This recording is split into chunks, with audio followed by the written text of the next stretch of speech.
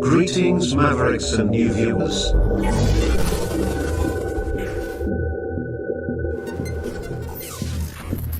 Tonight, direct and live from the Maverick News Network World Studios.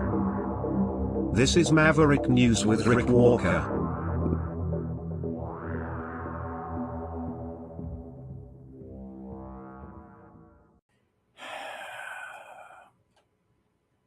Welcome to the great debate. I'm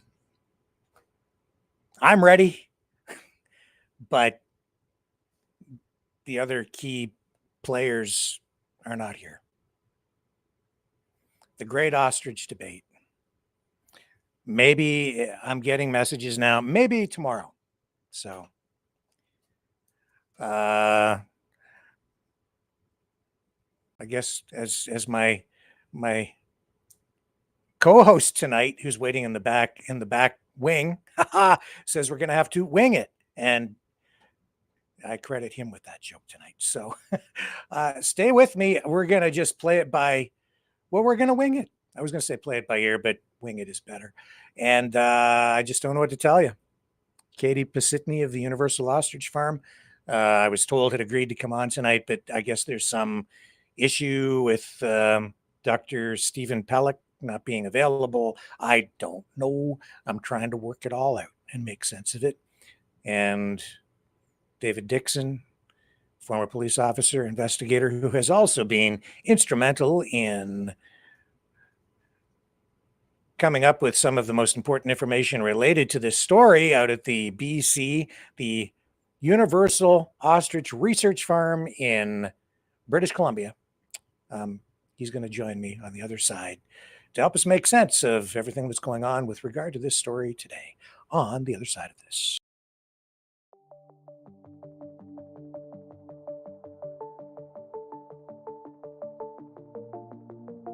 Greetings, brave Mavericks. Our quest for truth continues. We go beyond fake news. Together we expose propaganda. Together we pull others out of rabbit holes. We are maverick thinkers. We are all unique individuals, defenders of individual rights and freedoms, credible, trusted, grounded in reality. Maverick News, defending free speech, Donate at freedomreporters.com. Do it now. Tomorrow may be too late. Maverick News. The world is watching.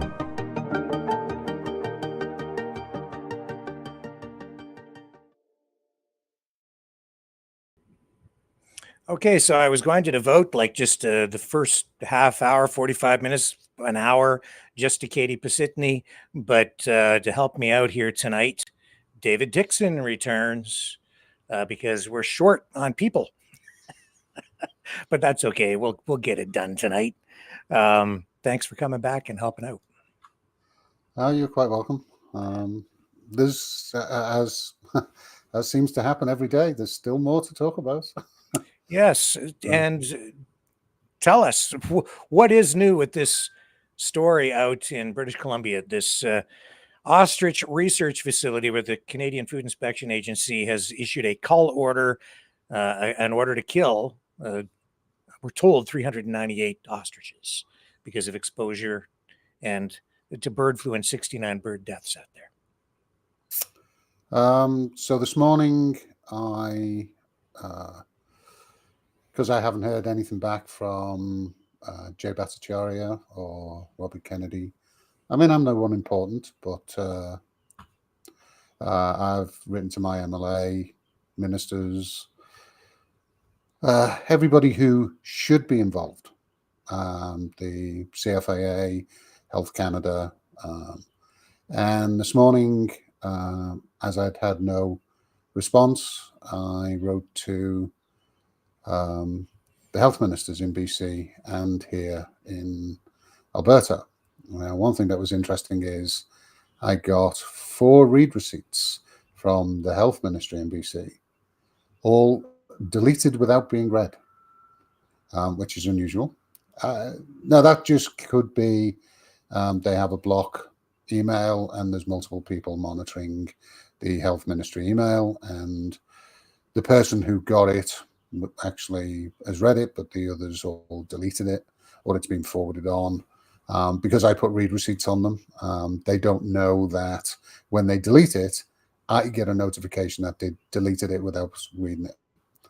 So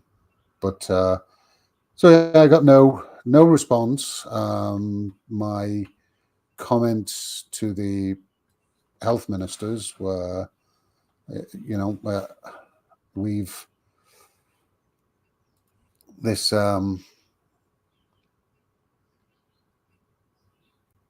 we have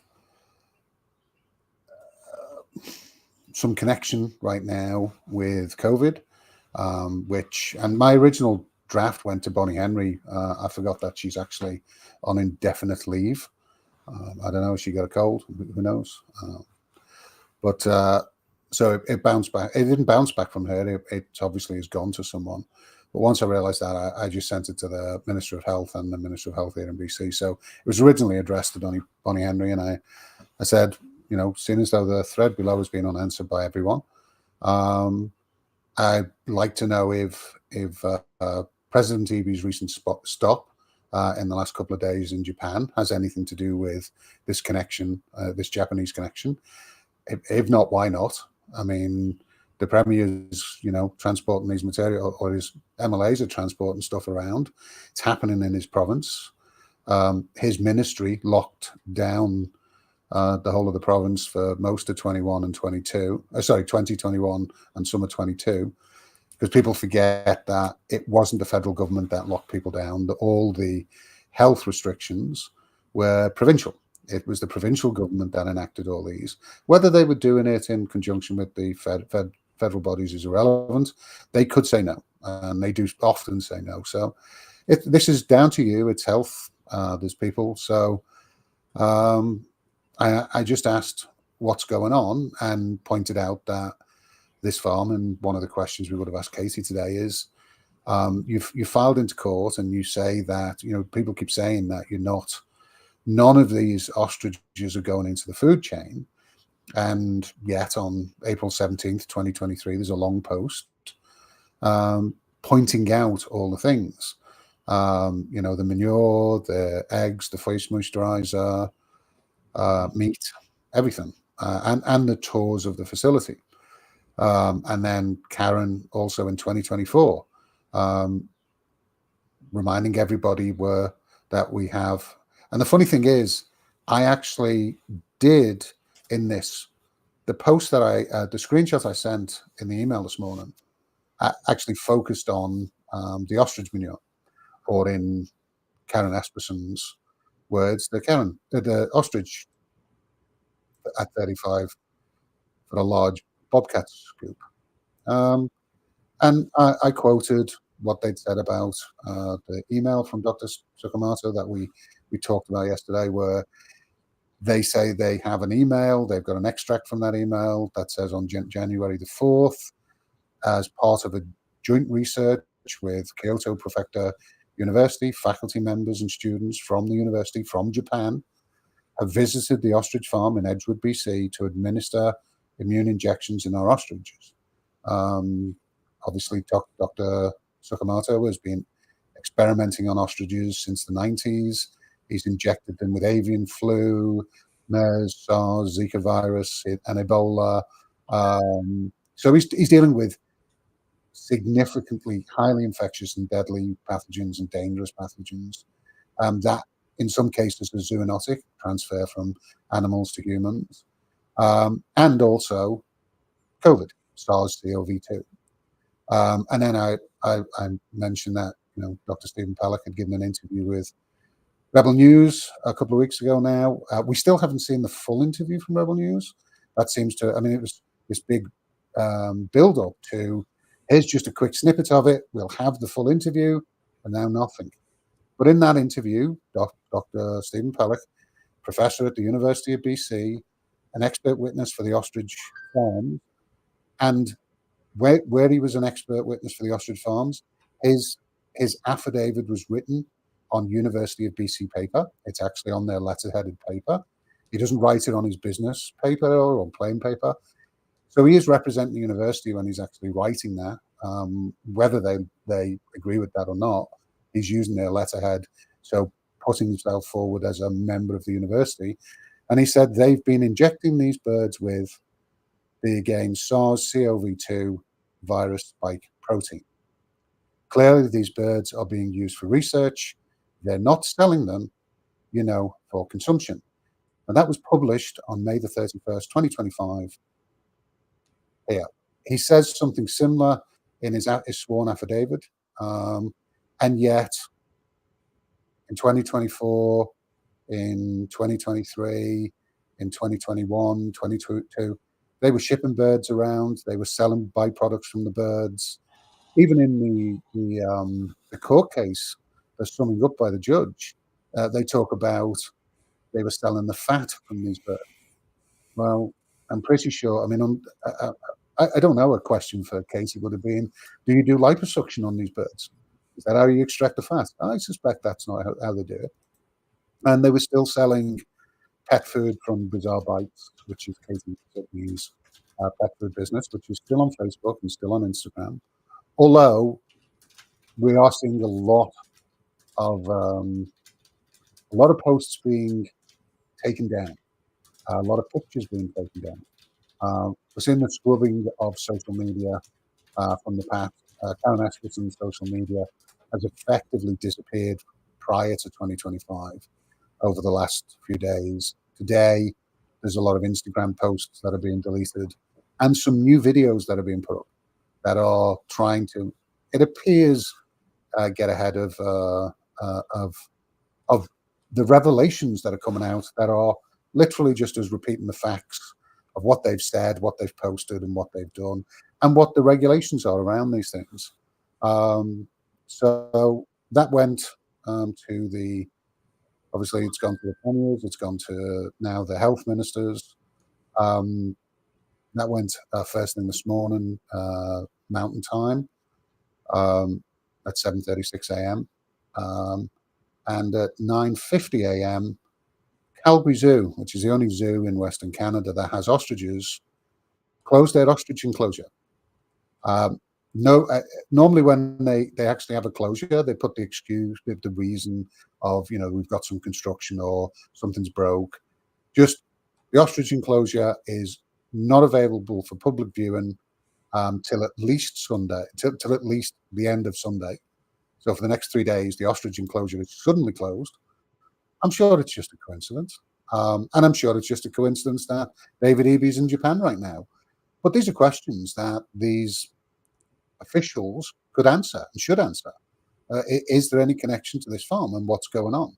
With now, this has gone way beyond just avian flu. This is not, the farm itself is currently under a quarantine order for avian flu. They're at 157 days now, which means they can't move things. Now, for avian flu, which is highly infectious, but it's not, certainly not in the realms of some of the other pathogens they've been injecting into the birds. The quarantine for that, nothing can leave the farm, nothing at all. And in fact, in today's update, I'd already mentioned the manure, the crap from the birds being an issue, that they're selling it. And in today's update, they're complaining that they've been accused of accumulating it since the quarantine came in, and said, and we have to do that because it can't leave the property because it's quarantine. And it's like, okay, but so you understand what a quarantine is, and you understand for avian flu you should be doing that, but you haven't seemed to have had any issue with injecting birds with COVID virus and then selling the stuff, the manure, for people to put on their gardens to grow their flowers and grow their vegetables for the last 5 years. There seems to be a disconnect. Again, each one of these updates they seem to be trying to get ahead of the story, but just digging a bigger hole for themselves that are creating more questions, not answering any. So yeah, the update today complains about the still it's on this theory of Jim Kerr just put this up just before we went live, which is quite amusing. He drives around the farm trying to make out that it's colossal, but what he's driving in there isn't an ostrich pen.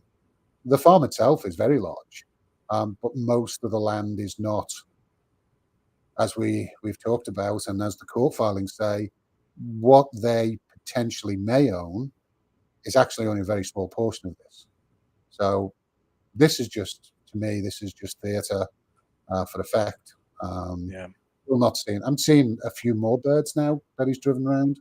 I'm still not seeing anything that looks like 400. But they say they've got 398. In the court filing, it said 250 in 2020, but there's also then reports of 500 by 2021.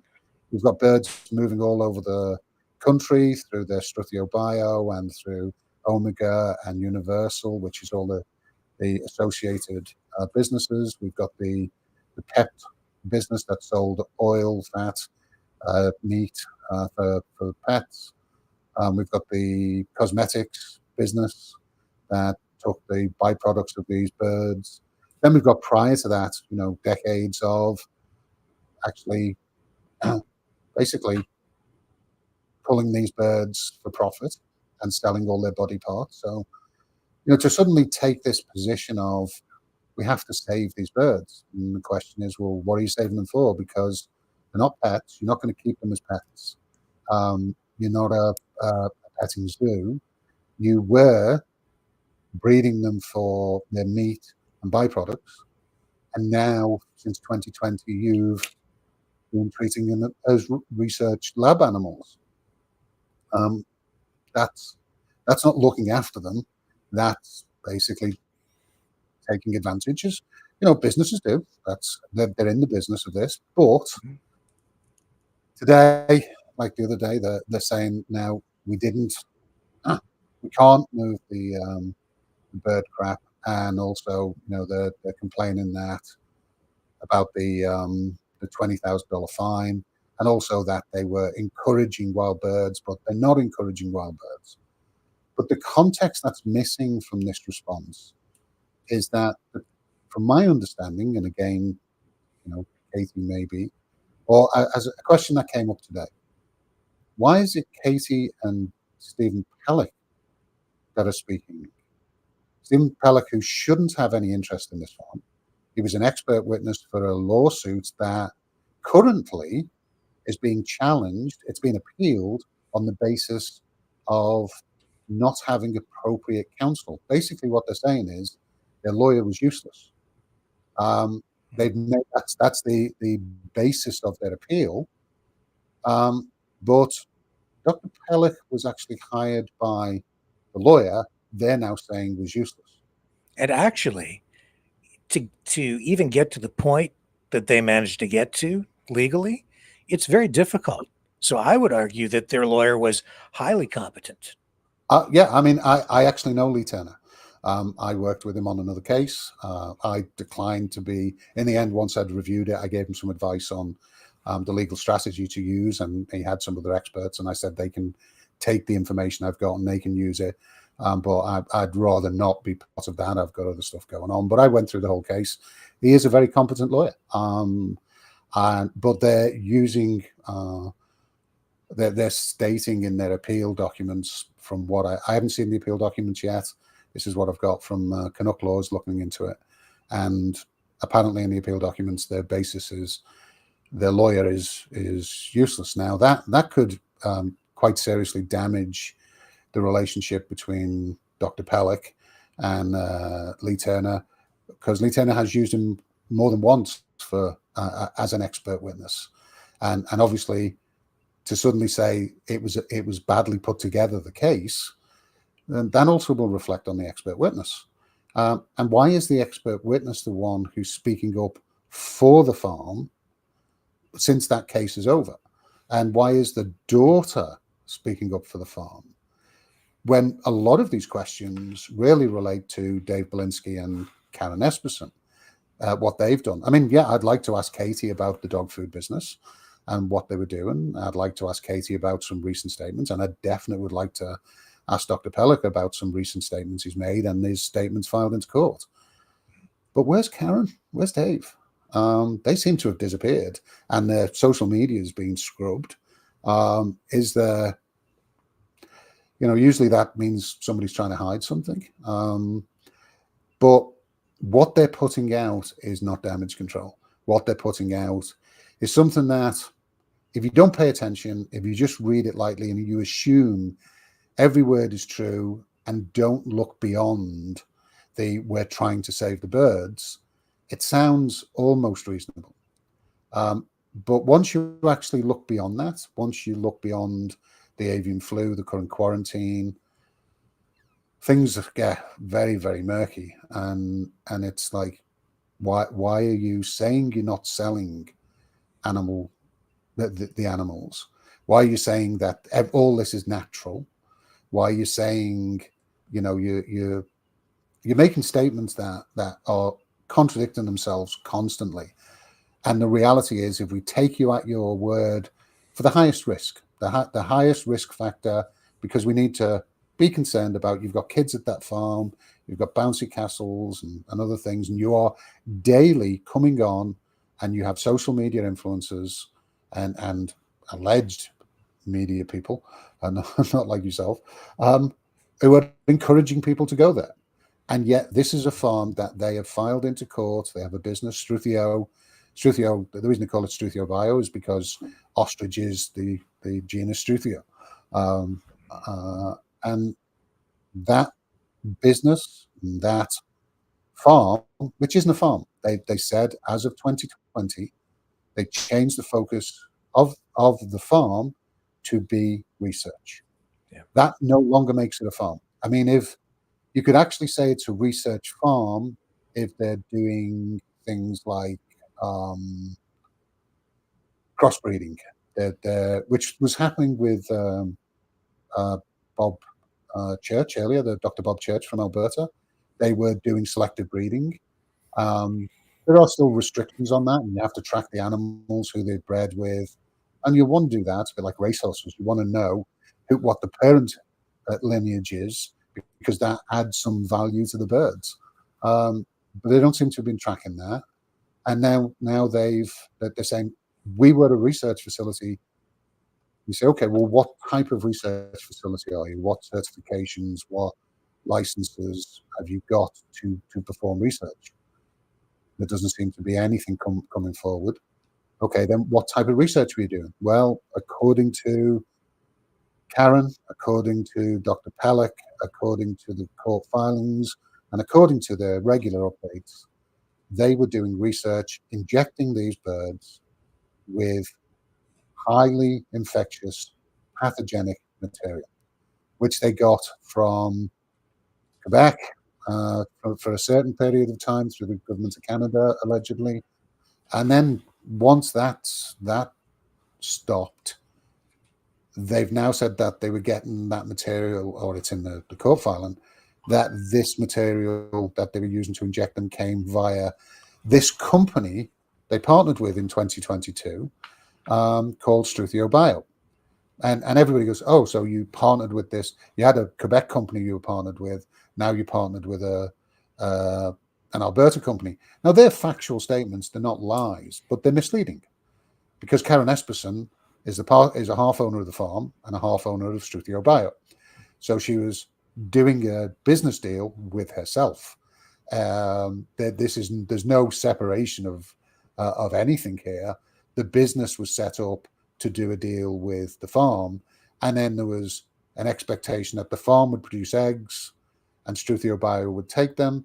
Dr. Pelech seems to have been involved in that in some level by extracting antibodies from the eggs and testing them so he could provide evidence to court. But the persons who as of this point in time, they've stated on the record, have been injecting these birds with COVID, with the COVID spike protein, SARS-CoV-2 spike protein, since 2020, that's the timeline they've presented, has been Karen herself and students and faculty members from a Japanese university who've come to BC, injected the birds, and then left. They have a partnership that's been going, and they're injecting them with other things beyond that. And we know what things he's been involved in. And this is all for profit. The whole basis of stopping the culling of the birds is because of their value for research, not their value as pets. Yeah.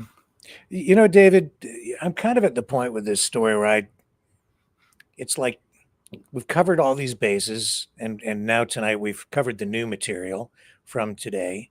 This is the second time we've given Katey an opportunity to appear on this program. She's been sent the link and then didn't show up. I'm told maybe tomorrow. So I guess all we can do is wait and see if that happens tomorrow. So join us again tomorrow night, and we'll hopefully have the great ostrich debate tomorrow night. I don't know, folks. This is strike two.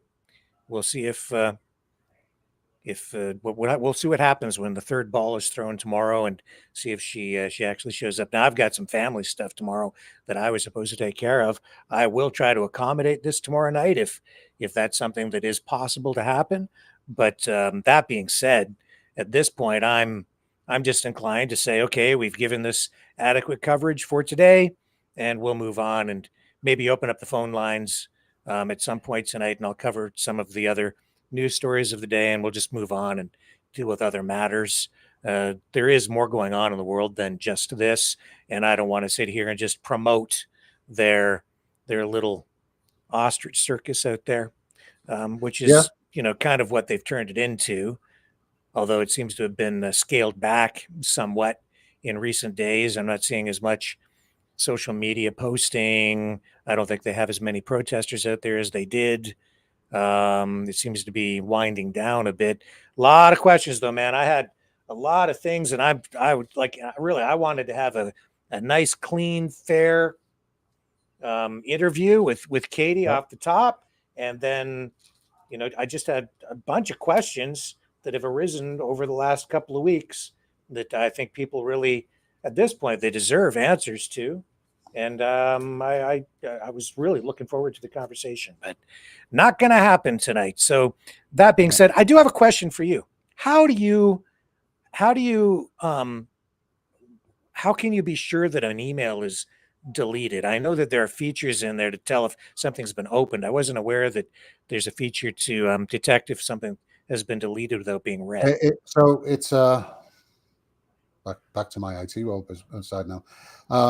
The way the servers talk to each other, there is, if you put a read receipt, if you're using Google Mail, you probably, Google doesn't support that feature natively. So if you send somebody a Gmail, they delete it, you may or may not get any information back. With Lotus Notes, in the past, and Microsoft Outlook and the Exchange servers, which is the mail servers, they have a feature that basically communicates read receipts. So if I put a read receipt on and there's two flags I can actually add to an email. I can say, tell me if it's been delivered. So I ask the server when I send the email, confirm to me that you received the email. So I get a response back for that. And then I also ask for the read receipt. And then when somebody opens the email, not just looks at it as they scroll past, but actually physically clicks on it to open it, then the server will send a read receipt back. You can actually block that. You can say, don't do it ever. Or at the time, if it's set to notify you on read receipts, then your mail system will pop up and say, the person who sent you this has asked for a read receipt, and you can say no. In which case, the person on the other side doesn't see anything.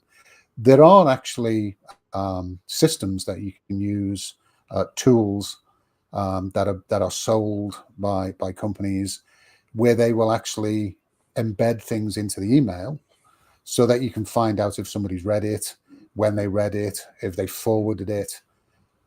every single one of those systems breaches the current privacy laws in Europe, the US, and Canada. I've written some papers on that in the privacy implications of basically they're a single pixel image that's embedded into the email, so you can't see it.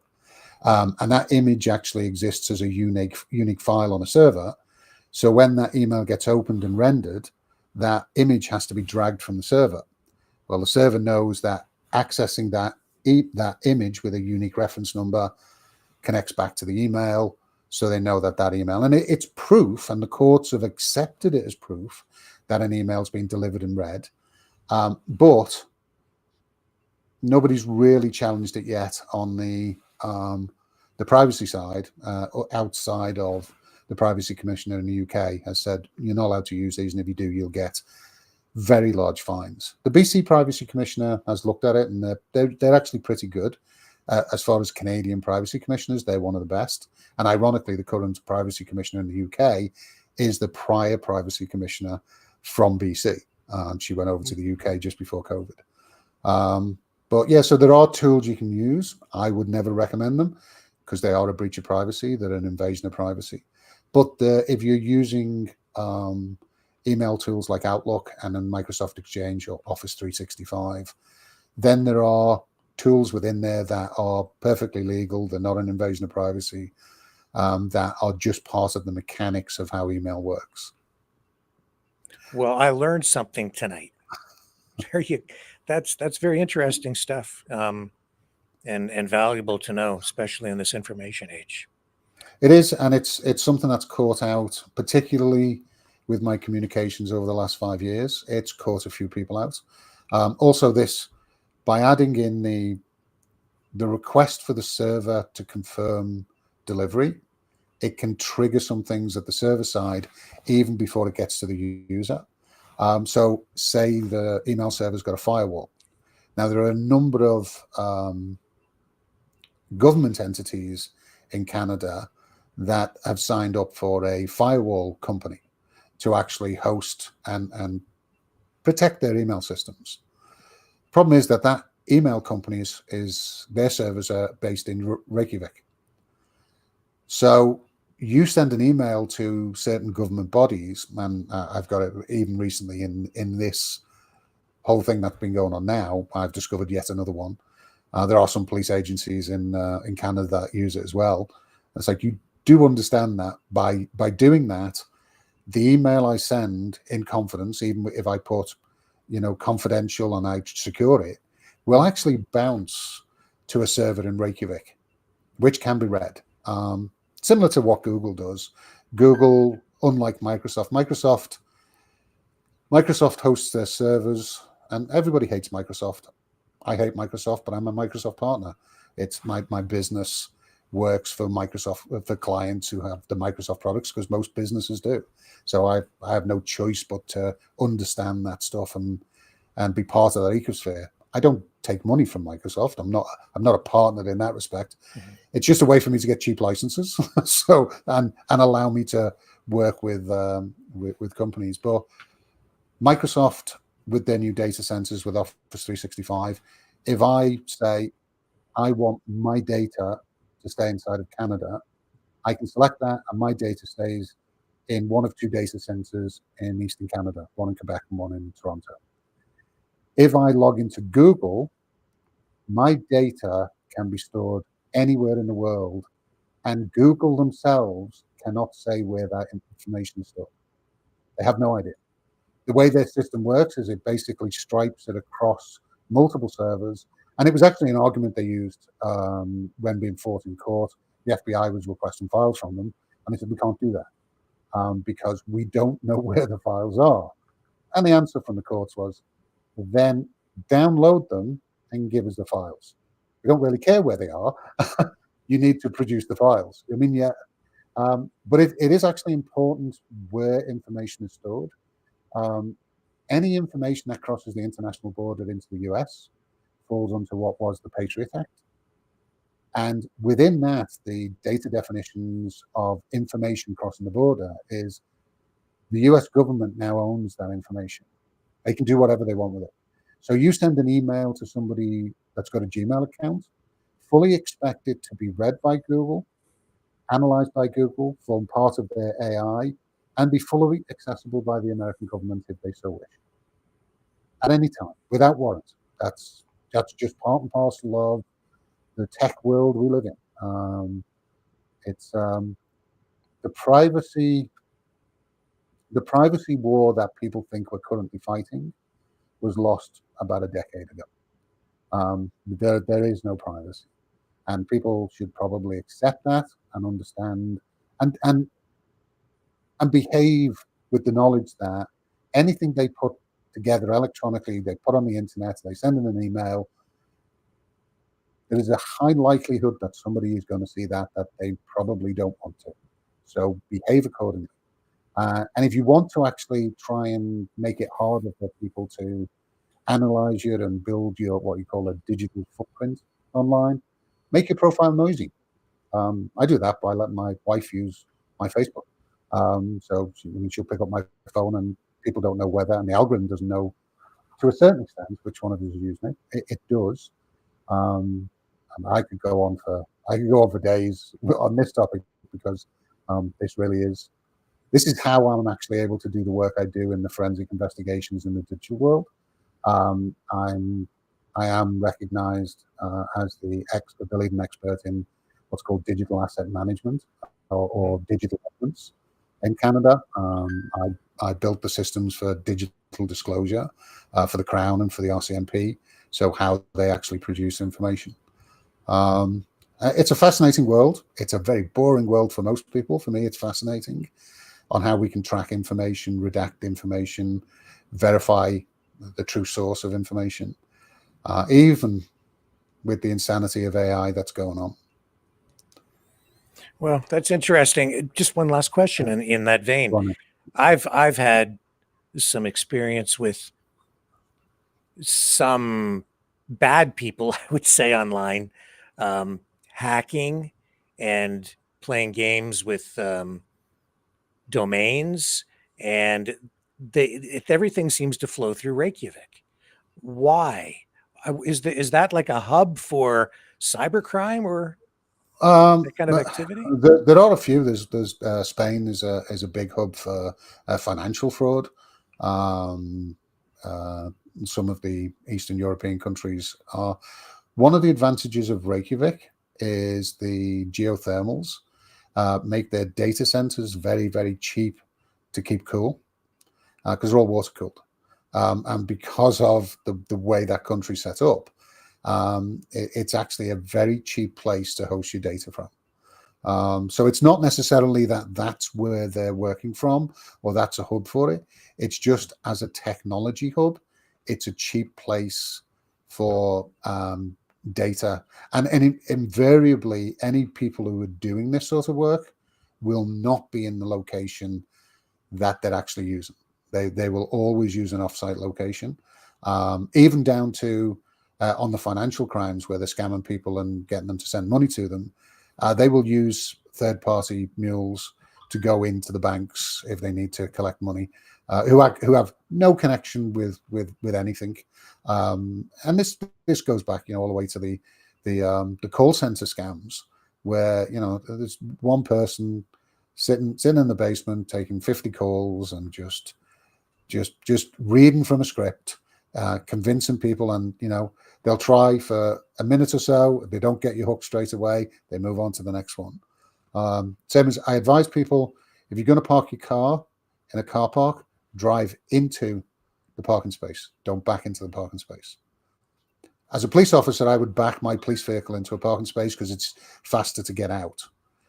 But you're more likely to have your car stolen if you back it into a parking space than drive it in, because it's easier for the thief to actually get out of the parking space and drive away. It's just, and they will always move on to the easier target. The sign. What's more effective than an alarm system is a sign outside your house saying you've got an alarm system, because they'll just walk past it. There's always an easier target down the road. Simple. I mean, just the psychology of thieves. They're not looking for the hard targets. They're looking for the easy ones. We are sadly moving into a new age now with AI and the ability to automate code and automate scripts, which makes we will come to a point very, very soon where everybody is an easy target.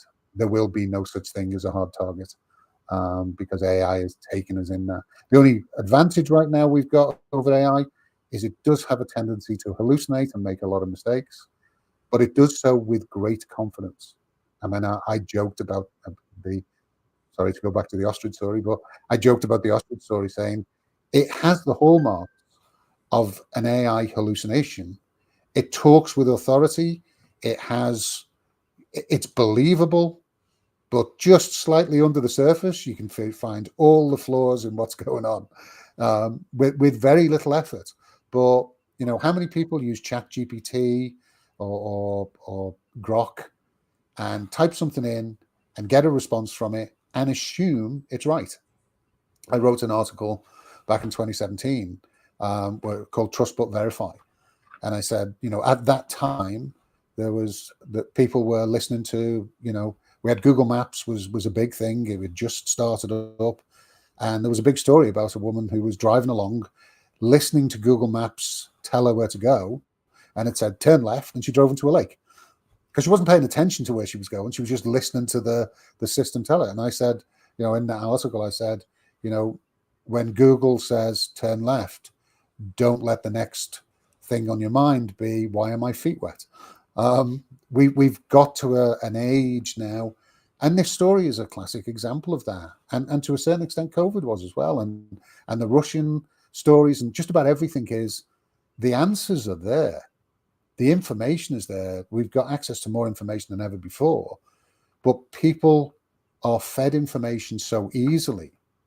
They don't want to spend the effort in cross-checking anything. Like if you ask me for directions to somewhere, I could tell you the directions, and then you might check it on Google Maps. But if you looked on Google Maps, you wouldn't check with me to make sure that Google Maps was giving you the best way. You'd assume the computer gave you the best information. And that's what people do, is they always assume that the technology is giving them the best answer. So if it's on the internet, it must be true. Right. And it's like, no, it's not.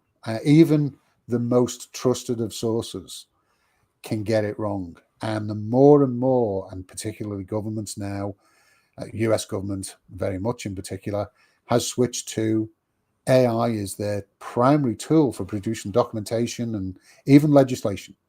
And it's like, that's a very scary place to be, because AI is not ready for that sort of prime time.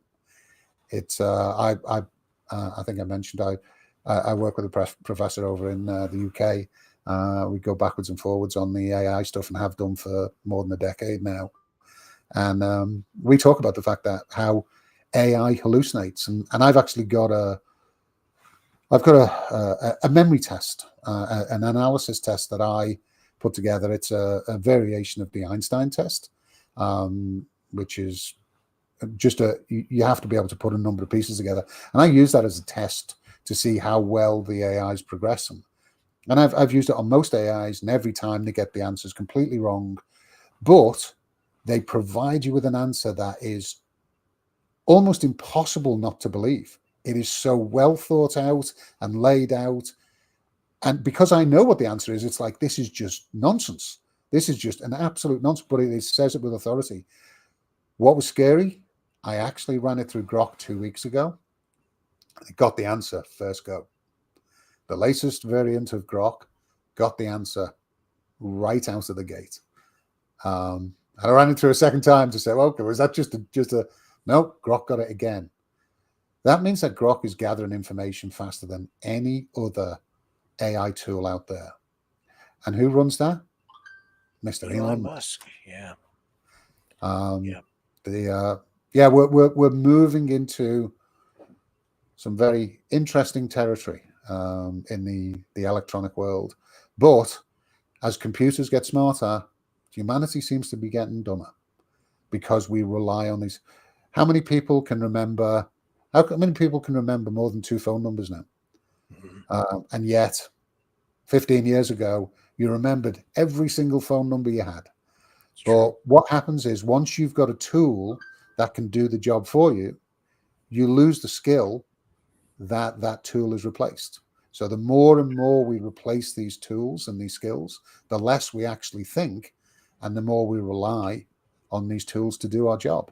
How many people bother trying to spell things right now? Because the spell check is on everything. It's, you know, we're losing critical skills, and it is showing. And I would argue that this story and a lot of what happened during COVID are clear examples of that. The great, I mean, we talk about the great debate, the great toilet roll enterprise of 2020, where the panic buying worldwide, all triggered at exactly the same time. And if you asked anybody why they were buying it, nobody knew. I know. It was. Now, I have some theories on that because of the work I've been doing for a long time in social engineering. That had all the hallmarks of a social engineering test to actually see if the micro targeting they were using could actually make people do something that made no sense. It was relatively harmless, except, you know, because all the companies, the stores were saying, we're not running out of toilet roll. We just can't stock it fast enough because you keep walking out with 20 boxes of toilet roll. You know, stop buying so much of it and we wouldn't run out. There is no toilet roll shortage, but people kept doing it. And it, as I say, it had all these hallmarks of a social engineering experiment, which could have been, you know, Facebook or TikTok or something, just testing out their algorithm with some viral videos to see whether they could actually have an impact and push that needle. And it doesn't take much. And, you know, this is stuff that they played about with for decades, and why your digital footprint, you know, the Shoshana Zuboff wrote a book a while back called, oh God, forgot it now. Basically, it's commercializing social engineering through social media. Surveillance capitalism. That's it. Sorry. She hate me for forgetting the name of her book. And it's about how they've turned the surveillance of people and the gathering of information into the primary source of income. And that's what Elon Musk's done, what Zuckerberg's done. But in order to keep that going, you actually have to have some control over your audience. You have to be able to push back and maneuver them into making sure they are addicted effectively. And by doing that, you run these exercises. And as I say, I recognize some of the tools and some of the things that were used in 2020 and beyond to convince people to do things in response to the COVID response. Use those same tools. And here in Alberta, I mentioned the other day, we've got a company called 19 to 0, who that's their business. That is all they do, is they work with governments, and it's really strange because their primary customer, their primary resource, are right-wing social influencers. They boast about that on their website. So, you know, you've asked the question multiple times, why are so many right-wing people pushing these narratives without checking the facts? It's highly likely they're working with somebody, not necessarily 19 to 0, but somebody like that, who have found that the left-wing people tend to, if they're given a story to run with, they all tend to collect together and run with that story. The right-wing people tend to have to be corralled more, you know, maneuvered into believing something. But once you've got that belief, once you've took hold of a story, once you've said, okay, I'm part of that, it's really hard to, what I would call, deprogram them. All you're really doing, and you know, Stanley Milgram had theories about this, you can't deprogram them. You're just reprogramming them closer to what their original thought patterns were. It's a constant case of reprogramming people's behavior patterns. It's a fascinating world. It's a lot more fascinating than the ostrich story, in my opinion. It is, yeah. But the ostrich story is what we have.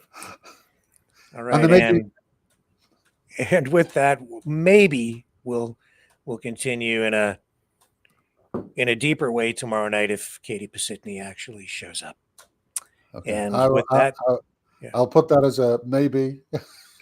I'm not going to cancel any plans, but if necessary, I can just pick my phone up and dial it. All right. And with that, I'll let you go, David, and I'll just talk a little bit more about the other news on the other side of this little transition. So stay with me, folks. Maverick News continues after this.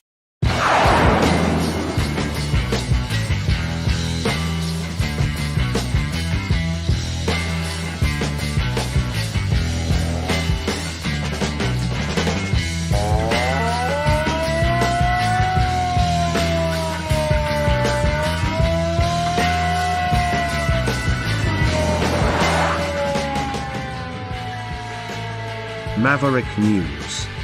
Fighting for freedom.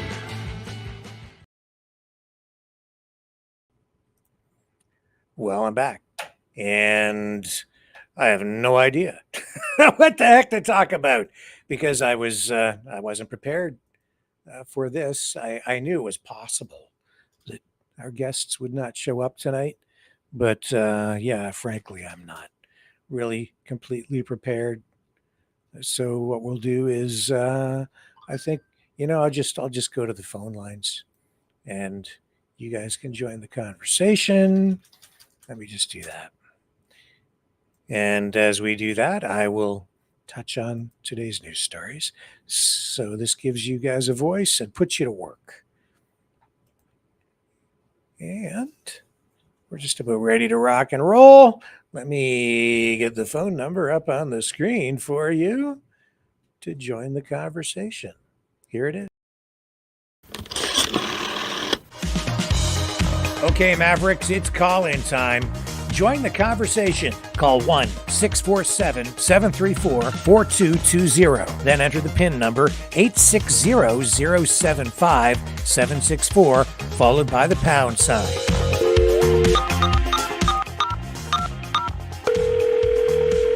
Exercise your right to free speech. Call 1-647-734-4220. Then enter the PIN number 860-075-764, followed by the pound sign.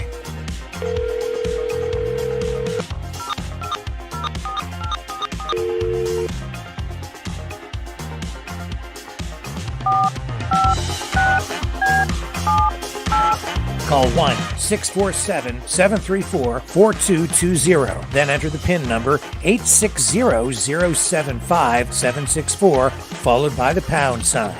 Maverick News. Call now. The world is watching and listening to you.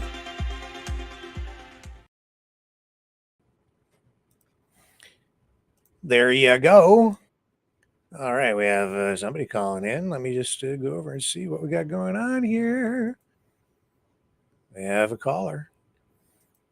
Let's see who we have. Who's on the line with us? Calling from Eastern Ontario. Laurie from Eastern Ontario. Welcome back, sir. Well, it's glad to be back here. Yeah, and I think, Rick, it's about time we put this thing to bed. That our ostriches out there in BC have kind of gone the way of the dodo bird. Yep. That we're not drawing enough attention here. Yeah. And, yeah. Lots of other things going on in the world. I mean, we've got people on your chat line here that want to get back to trashing Mark Carney. Well, that's up to them. And we shouldn't disappoint them, should we? We should move on to other things. And indeed, I would have tonight had I not been offered an interview with Katey Pasitney from the Universal Ostrich Farm. But she didn't show up for a second time. Just a word of advice here, Rick, and I won't hang around very long tonight, is that if you have family things that are going on tomorrow night, I would say the difference between a family get-together and this story, I would definitely lean towards my family. And you should give that some consideration and maybe give yourself a night off. Yeah, I may do that. We'll see how things go tomorrow. We have sort of an afternoon birthday thing planned for my wife, and so I'll certainly be partaking in that. If I'm on tomorrow night, it'll be because I'm home in time, not because I'm neglecting my family affairs. So, and good advice, and I appreciate that, Lori, very much. What do you think of the meltdown between Trump and Musk? Oh, I thought it was terrific. It's a great little cartoon. I don't know whether it's scripted or whatever there, but we certainly knew that something was going to happen here. There would definitely be a breakup in the bromance. That it wasn't going to last forever. It'll be interesting to see how long it goes on. We've got the most powerful man in the world going against the richest man in the world, and it'll be really interesting to see what falls down there. I'm pretty happy with what's going on the Canadian scene here. We had some good news coming out of the Liberal government here today, and we're starting to knock down some interprovincial trade barriers and maybe start to consider some of those projects that everybody wants to get on with down the road. And I think that sounds really good. I challenge the rest of the people out there to call in and see what they think so far of the Liberal government and just what projects they'd like to see done. Yeah, well, it is like watching a movie, man. I'll tell you that, and it's entertaining. A bunch of messages coming in here. I'm a little distracted. Who else is on the line with us? Is that Dragon? Yeah, it's your good old Dragon. Well, hello, Dragon. Hey, Dragon, how you doing? Doing good, thank you, sir. Yeah, well, it's a psycho circus. I will tell you that. I'm keep digging on stuff, and there's so plenty of new stuff that we can always look at. And yeah, I mean, to me, it's a biohazard problem. To me, it's basically what it is. So and we have kind of crazy. We have another caller. Who's there? It's Isabelle. Isabelle, welcome back. Hi, Isabelle. Hi, how is everybody? Really good. Great. Yeah, me too. Great. I have a concern. Uh-oh. A big concern. Uh-oh. And I actually contacted the CFIA today. All right. I found one dead blue jay fledgling on my driveway. That was one. Mm-hmm. Then I found number 2 on my lawn up by my flower garden. Tonight I came in, I found number 3. Okay. All Blue Jays? Pardon? All Blue Jays? All blue jays. Oh. I've never had that, ever. I mean, we have cats that roam here. But these aren't, they just have their wings developed. So I had a concern today because, I mean, you find one, okay, you find one, a cat's got it, right? Mm-hmm. You find 2, I had a concern. Now I found 3. Like, this is getting a little bit worrying. Interesting. I've noticed a lot of dead birds are in my neighborhood too. Like Yeah, baby birds, yeah. Yeah, I mean, that would have been one in a blue moon, you know? Years you would find one. Interesting. But today, I could attribute it to. Are they small birds? Yeah. they are small. Their wings are developed, but not really enough to carry them anywhere. Yeah, they're getting kicked out of the nests. See. Yeah. Well, I wonder. I would think that I would be, if it was me, I'd be phoning the Ministry of Natural Resources. And, you know, your local biologist there should be able to help you out with something going on there. If it was cats, I would think that cats would, you know, the tendency with cats is to carry whatever they capture home. Yeah. And they line them up. Usually they're pretty chewed up if it's a cat. These were not chewed up. These were not chewed up. There was no inflicting wounds that I could see as closely as I looked. I disposed of them with gloves in a plastic bag because I have a dog. Yeah. Now I contacted the office in London today and they took my information. They were supposed to contact me back because even the girl had said she has a concern because this is what she's been hearing. Oh, she in different acknowledged localities. Yeah. So she said, you're quite right to do that. I said, well, I have the fear of the avian flu. I mean, we don't know, until it's reported, right? So they were supposed to contact me back. They didn't. Now I suppose they'll be closed tomorrow, but I'll be calling them on Monday and telling them, hey, I found another one. That's number 3. This is a little ridiculous. Well, 3. I've seen about that many in my neighborhood too, more. But I was thinking on your own property, like no. Well, I did see 2 on my property.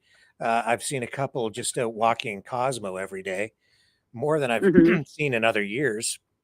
There was one that was actually out of the nest and alive, and like trying, because I think it just got kicked out of the nest, and so Cosmo wanted to eat him, and I said, no, you're not allowed to eat that bird. You can't have chicken until we get home.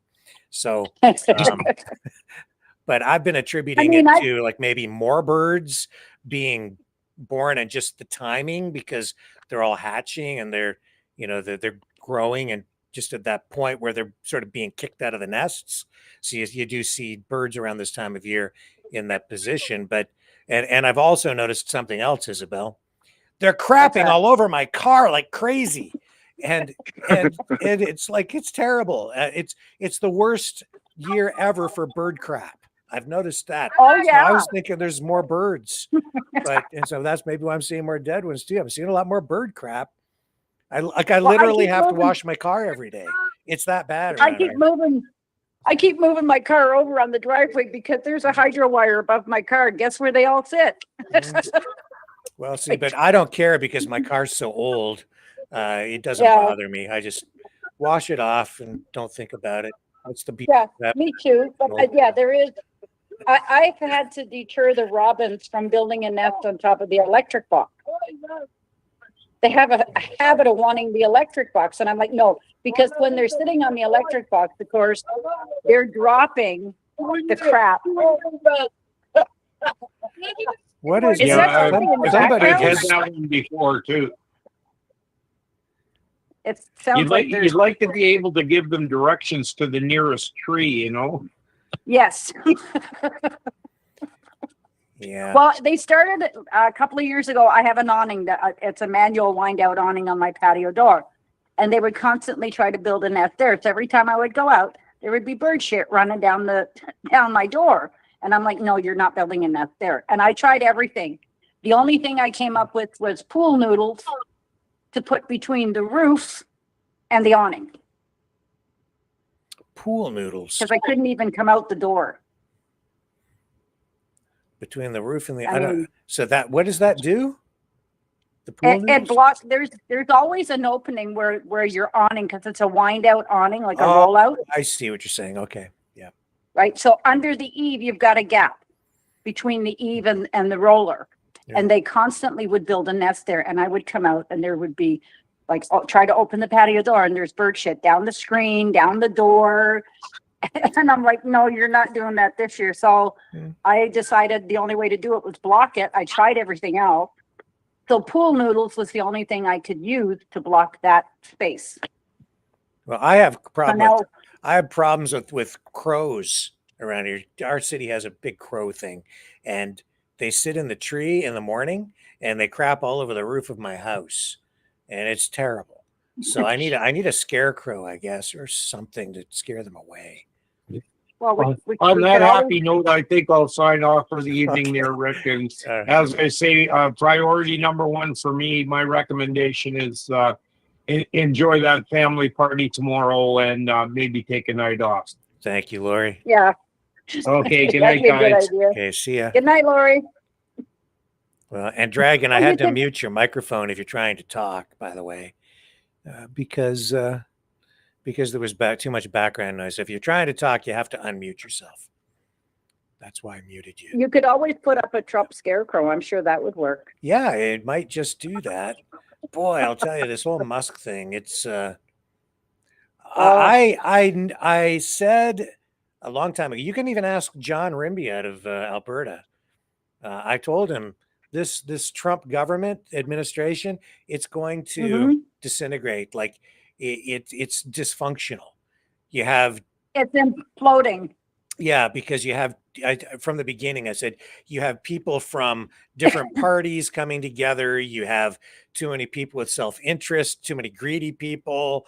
There's just going to be too much conflict and too many people in there with different agendas. They were, picking people, they were cherry picking support, grabbing like RFK Jr., who is, has different views than somebody, coming in from the other MAGA side. You have Elon Musk, who's at odds with Steve Bannon, but they're all coming together just to win the election. The result, though, is what we have: a very dysfunctional administration and a government that is now flying apart. Not pretty. Oh yeah, no, it's not. Yep. So, well, I mean, what else could you expect, right? Yeah. I mean, really? Yeah. Very entertaining stuff, though. It's weird. I don't know what else to say.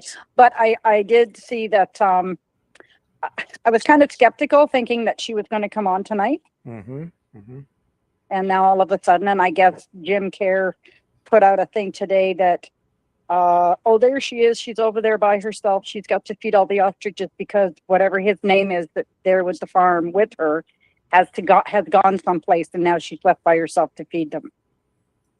I'm thinking, yeah, okay. So what's Jim Kerr posted something about her needing to feed the birds? Yep. So yep. I that's why she didn't come on the program. I guess and that was only about 30 minutes before you came on. Somebody's joining. He was running around. Who's there? It's Jim Kerr. Jim Kerr. There he is. Hang on a second here. Isabelle, I'm going to jump off this call with you so I can talk to Jim Kerr for a moment. Okay. We'll talk to you again. This is a Bye-bye. spam call coming in. I don't want to talk to that person trying to sell me something. There you are. Isn't somebody always trying to sell something, brother? Indeed. It seems that way. Well, how can I entertain you this evening? Oh, I don't know. You want to do a song and dance? I'm all down for song and dances. The terminology. You want to entertain me? I don't know. I'm here to hopefully help the world become a better place. So and I believe that people that are doing jobs like you are important because they get news out and they're not afraid to question narratives and they're not afraid to look at things differently. And as soon as we become afraid to look at things differently and from different perspectives, we're done. Yeah. Well, I do have a lot of questions. Of course, I was expecting Katey tonight, and I guess she was predisposed or indisposed or had something come up, so she couldn't join us this evening. I'm told maybe tomorrow night. So do you know what's going on with regard to that? Yeah, I can't speak for the farm because I am not the farm. I'm just an independent journalist who's been here for 50 days now or something. So, you have to talk to the farm about the farm, but I can tell you on Katey's end, her phone doesn't stop all day. She's having to deal with everything all day long. She's all the news outlets and all the things, and people give her slack because she's not answering her comments on Facebook, man. When I got here, her Facebook had 700 people. Now she's got 9,000. She can't keep up. Wow. I do have a question for you. Why did you tell people that the birds were not being injected with anything when they are, or when they have been? If I did say that, it was a mistake. It was more of, I was trying to respond to people who were talking about them getting injected with COVID, whatever the things were. I can tell you what I can tell you right now is I do have the facts on that. And if I wasn't clear before, I'd like to be clear now. The last injection these birds got before they became sick was 6 months previous. And Oops, he jumped off there. We lost his signal. Maybe he'll come back on in a moment. Well, I'll tell you what, I'll run a little promo here. We'll give him an opportunity to come back on. Oh, no, he is there. Okay, so I don't need to. Here we go. There he is. Yeah, we lost your signal there, Jim. Yeah, That was kind of weird. lost you too. And you're breaking up just a little bit. I think you just don't have a good internet connection. A little bit jittery. Well, I haven't moved. Let me see if I can get a little bit closer. I'll try to get closer to the house here, see if that works. Is that any better? Yeah, you seem to be sort of stable, so you can continue. We'll see how right. she goes here. I was done. Sorry, I couldn't hear injections, I was done. Oh, you were done. Okay. I was done on the injections. Yeah. All right. Yeah, but you've confirmed that. Yeah, indeed, as Karen told me when I did the initial interview with her, that they were injecting those birds with COVID antigens. Yeah. So okay, I believe you. I don't know. Yeah, well, she said it. You got to understand. I'm not coming.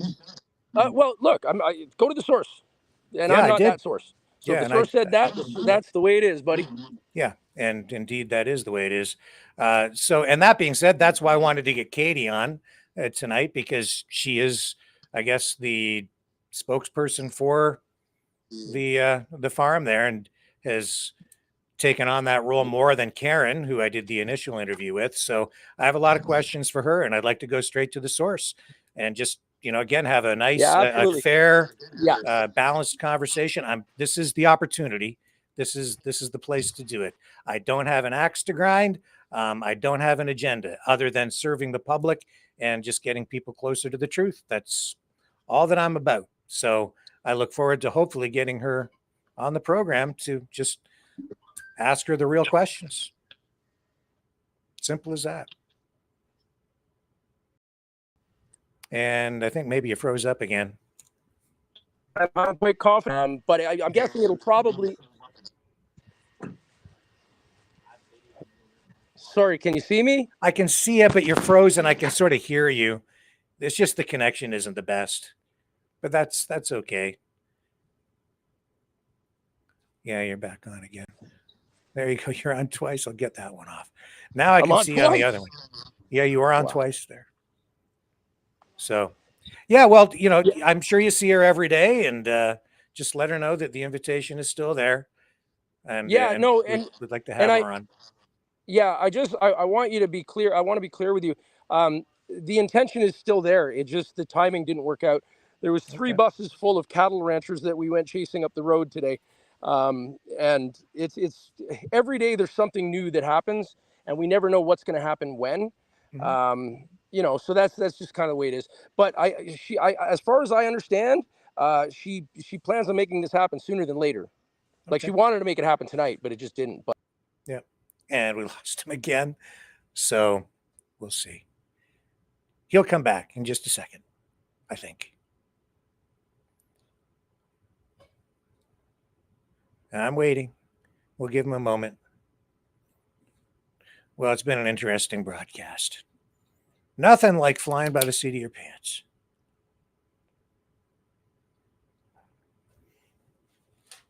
Well, let me just go into the chat here and see what you guys are saying. Well, hey, everybody. I can see everybody in there. Stoic teacher. Oh, I think he's back. No, he's not back. Maybe we lost him. I don't know. As you can see, it just doesn't have a good internet connection. So that being said, we're getting to the bottom of the hour. This particular broadcast, I won't even say the word that we used to say when I was working in television. We had a word for a broadcast like this one. And actually, it didn't even meet the standard for that level of bad. This was actually not a bad broadcast because David provided, some great information on AI, social media, cybersecurity. So there was information of value there. We've had some great phone calls. We've had Jim Kerr pop on here. We had the drama off the beginning of the program where, we sort of expected the great ostrich debate to begin to unfold. And, starting with what I was hoping was going to be just a straight up productive, constructive interview with Katey, and maybe that'll happen tomorrow or in the very near days ahead. And that being said, since it looks like Jim Kerr has lost his internet connection from Universal Ostrich Farm out in British Columbia, probably time for me to wrap things up here. So that being said, anything in the chat that I need to be aware of, guys? Yeah. Tinker says, you'd think Bubbles would want to know the truth before jumping on the cause. Yeah. Yeah. Especially when it's something as important as this, where public safety, public health is at stake. Anyway, what do you want to hear tonight to kind of close things off, guys? I could give you, well, we need to do something related to the, I guess, the Trump-Elon meltdown, right? So we've got Orange Orangutan, we've got Mega Mars, we've got Trump traders, we have, what else do we have? Free Dog, which is my personal favorite. Or what else can we close off tonight's program with? I'll just look in the chat. You guys get to pick.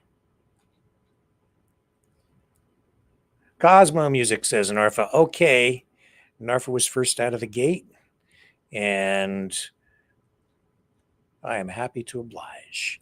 So that being said, I will be back tomorrow night. Here's Cosmo to take us home. Free Dog. See you tomorrow night, 7 p.m. Eastern. If I'm here. We'll see what happens with my wife's birthday. 7 p.m. Eastern on the flip side.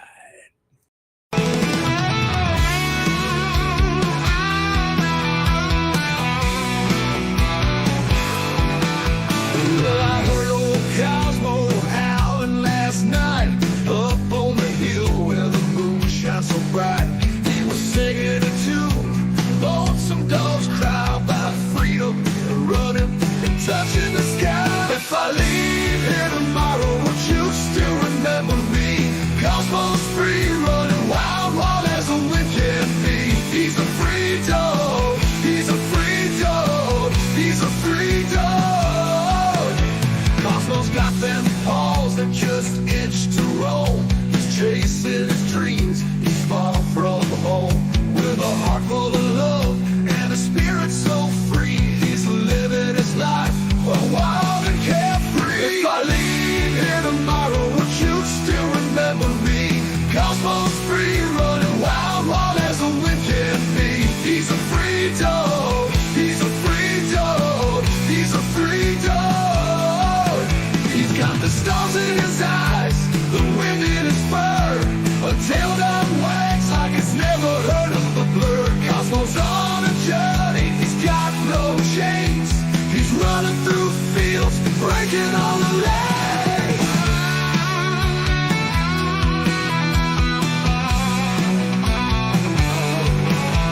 Now the night's getting cold and the sky's turning gray, but Cosmo's still out there, he's miles away. He's not looking back, he's got his path to tread. With every step, he's leaving his bed. If I leave here tomorrow, would you still remember me? Cosmo's free, running wild, wild as a wind can be. He's a free dog, he's a free dog, he's a free dog. So if you're feeling lost, just think of Cosmo's run. Remember his spirit, his freedom, his fun. And maybe one day, when you're feeling alone, you'll find your own freedom and let your spirit go. If I leave here tomorrow, would you still remember me? Cosmo's free, running wild, wild as a wind can be. He's a free dog, he's a free dog, he's a free dog.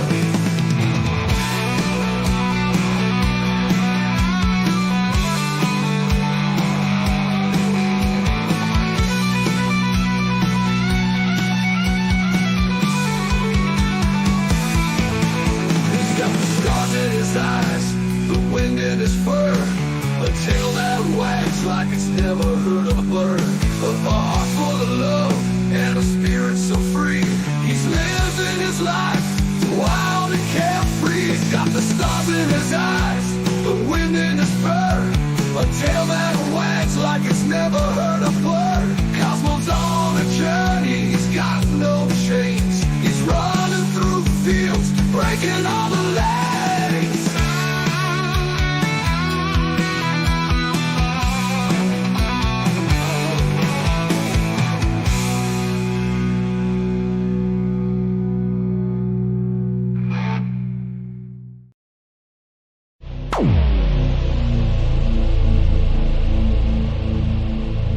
This has been a Maverick Multimedia production.